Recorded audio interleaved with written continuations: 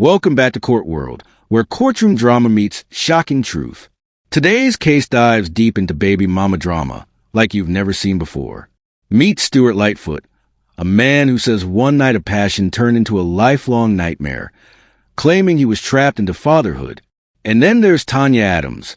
She's not denying it. In fact, she admits she wanted a baby so badly.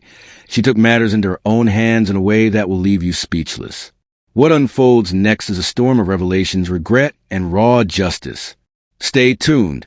This courtroom is about to erupt. Lightfoot versus Adams. Mr. Lightfoot, you are suing Ms. Adams for $3,500 for emotional distress after you say you were trapped into having a baby with her. Is that correct? Yes. Okay, now, Ms. Adams, you say what's in your house belongs to you. That's right. Yes, ma'am. Well, I'm intrigued. Mr. Lightfoot, tell the court what happened. Yeah, like you said, Your Honor, I'm suing Tanya for theft and emotional distress for $3,500. I known her for just a little bit of time, and in that little bit of time, we had a one-night stand, and she got pregnant from what my homie... Oh, hold on. Okay. That's a lot. So you met her. Take me back. How did you all meet? So I met her in a grocery store. From what I know, is she's a manager at a grocery store or whatever.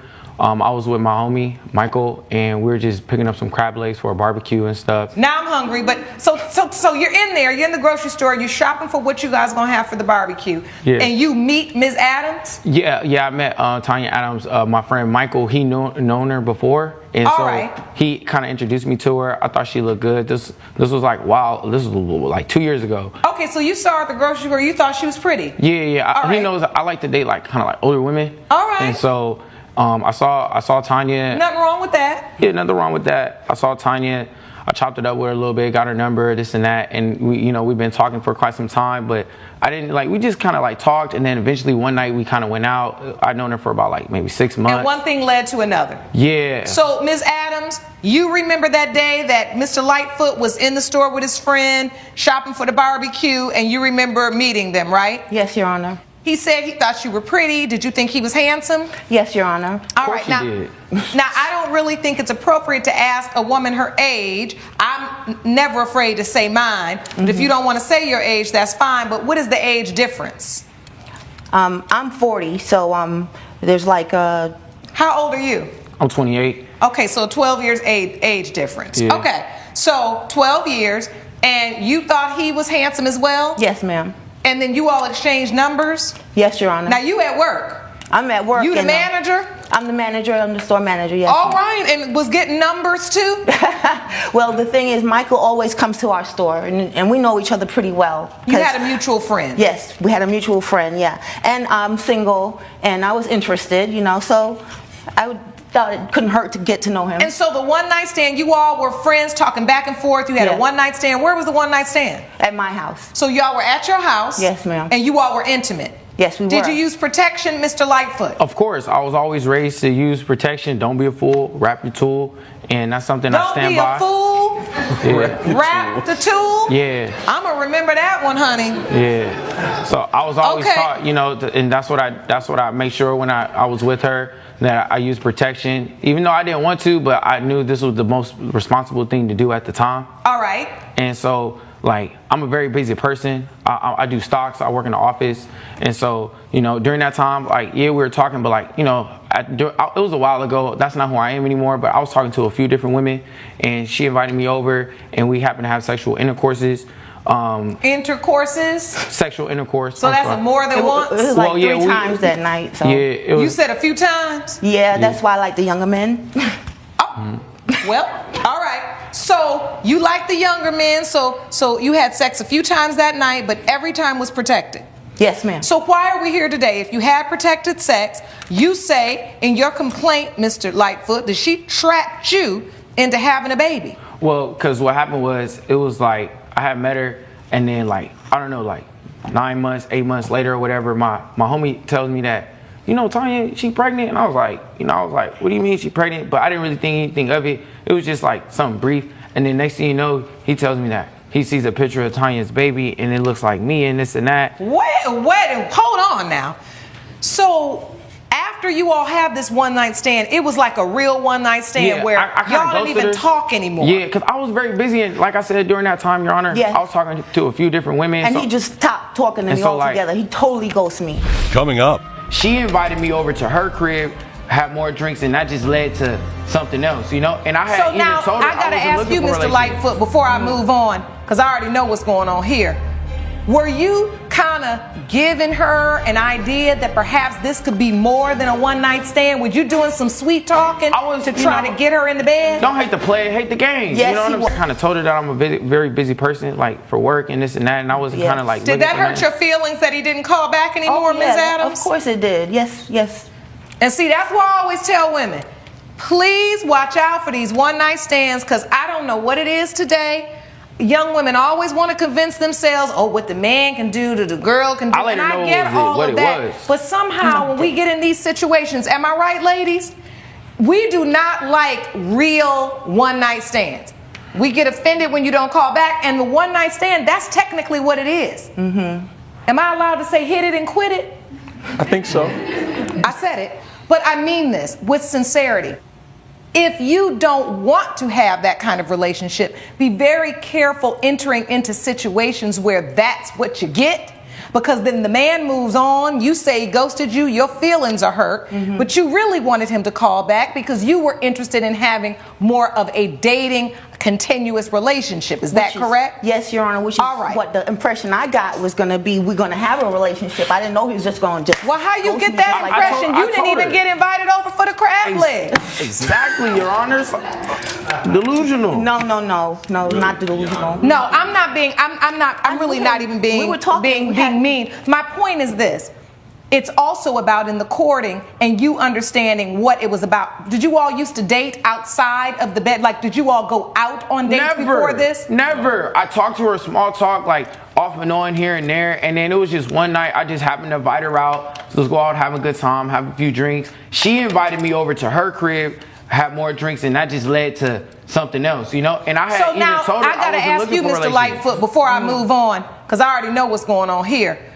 Were you kind of giving her an idea that perhaps this could be more than a one-night stand? Were you doing some sweet talking to try to get her in the bed? Don't hate the play, hate the game. Yes, you know what I'm saying? So you got all the same. answer is yes. Well, like at the end of the day, I felt like I kind of kept it real with her. I kept it a buck. I was kind of telling her, like she was telling me that she wanted a family, but I was telling her I did want a family, but not right now. Not at okay, so you all had these conversations. Yeah, we kind of talked about it a little bit. Not right now. I didn't really want a relationship. I told him exactly how I felt. So take me to this whole baby thing. So you have a one-night stand where you use protection, and what happens?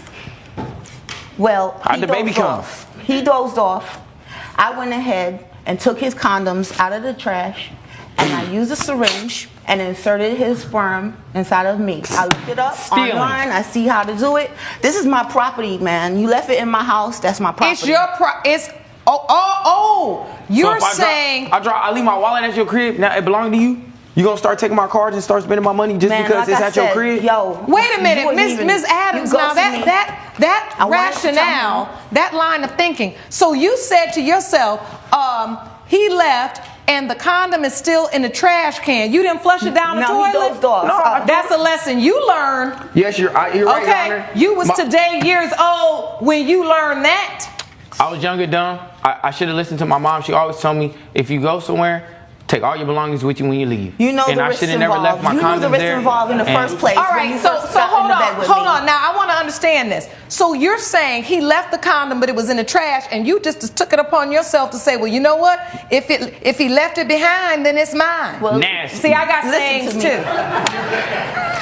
Your Honor, I was previously married a few years back, and I had 2 miscarriages, and everybody that know me knows how bad I want a child, okay? And my time is short.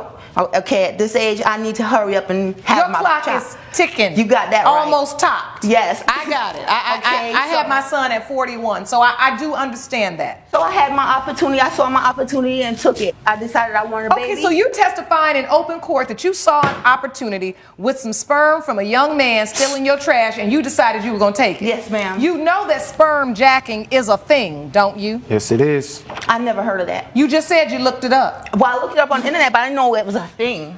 So when you looked it up, you should have looked up to see that this is really happening and it's an issue. Yes, Your Honor.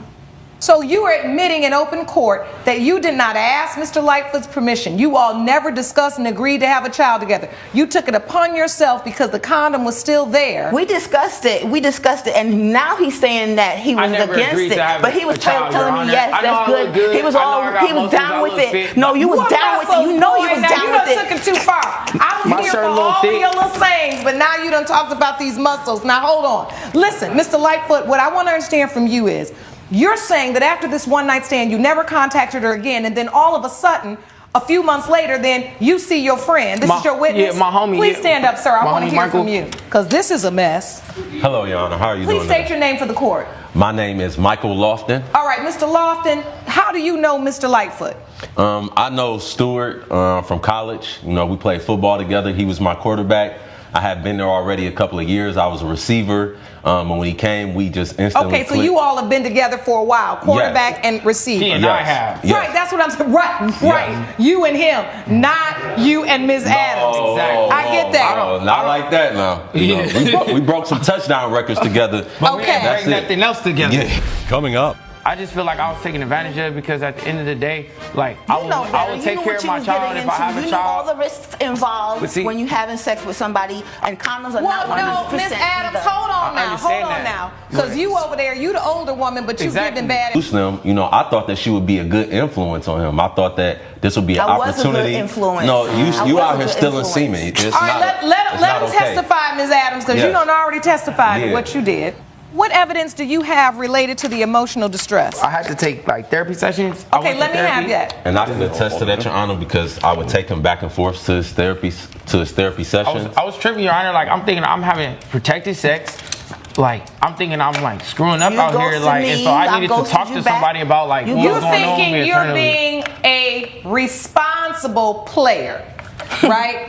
Because During that time, you're yes. out there doing your thing, but you're using protection consistently. Yes. And you didn't see this coming. Yeah. I And didn't now see this here's coming. an older woman that's admitting to you, I was taken advantage of. I No. took the sperm No. and I used it to have the baby. Yes, now it's But like we ain't never had no paternity test. no. I paid Okay. to get one done. I just feel like I was taken advantage of because at the end of the day, like I You know would better. take You know care what of you my was child getting if I have into. a You know all child. the risks involved But see- when you having sex with somebody, and condoms are Well, not no, 100% Miss Adams, either. hold on I now, understand hold on that. now. Because Right. you over there, you the older woman, but you Exactly. giving bad advice. Like Terrible. If they ain't if gonna be my you mama. have sex with someone and use a condom, and you throw that condom away, there should be a reasonable expectation Belong that to the county that now. means that it's trash. It's not for you to dig back out, take a syringe, and inseminate yourself. That's called sperm jacking. That's why I asked you, did you read about it? And you know you did. That's how you know how to do it. She planned this. You Your should have Honor. also read that that's against the law to do that. Coming up. You had the paternity test, and thank goodness the court was able to retrieve those results, because I want to know if, in fact, Mr. Lightfoot is the child's father before I rule in this case. We're back with a dispute between Stuart Lightfoot and his one-night stand, Tanya Adams, over a shocking pregnancy. Listen, in life, these life lessons are here for you to learn.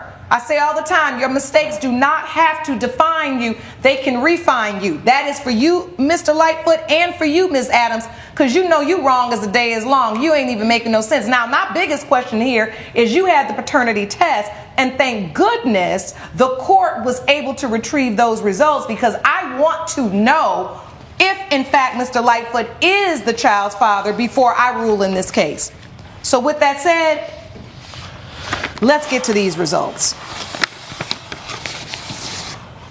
In the case of Stuart Lightfoot versus Tanya Adams, as it relates to the child born to Tanya Adams, Mr. Lightfoot. Your Honor, I'm willing to be a father if it's my baby. Like I don't want people to think, I don't even want her to think like if it's my child, then I'm willing to like stand up on my 2 feet and be a man and be a grown man, because I don't want to be a statistic, another black father out here running around not taking care of his kid, because I wasn't raised like that. I just feel like she hasn't given me that opportunity. I appreciate that.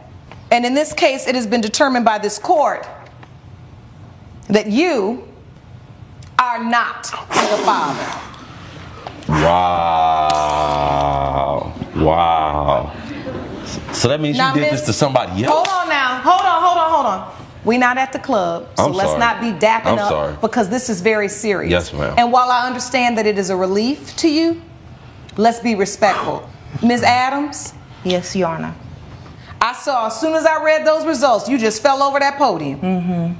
There are certain seasons in our life when maybe we lose ourselves. Maybe we're so desperate to have a child that we do things that are outside of the bounds of decency and the law, right? Yes, Your Honor. And our moral compass.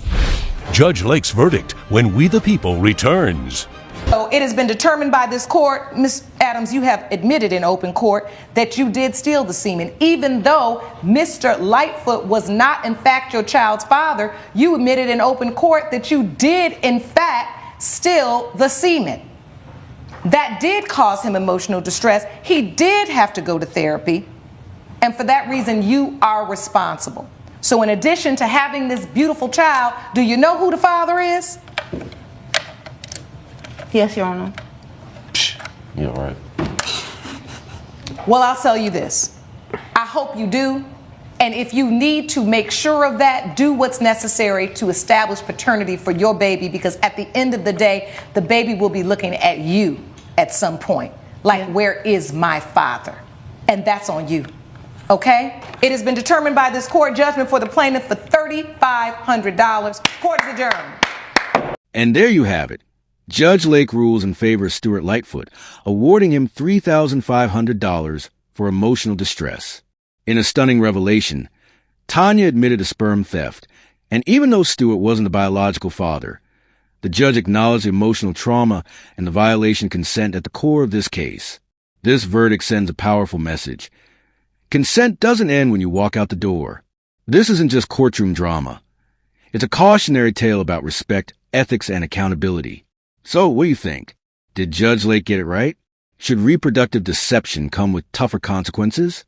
If you found this breakdown as eye-opening as we did, hit that like button, drop your thoughts in the comments, and subscribe to Court World for more show.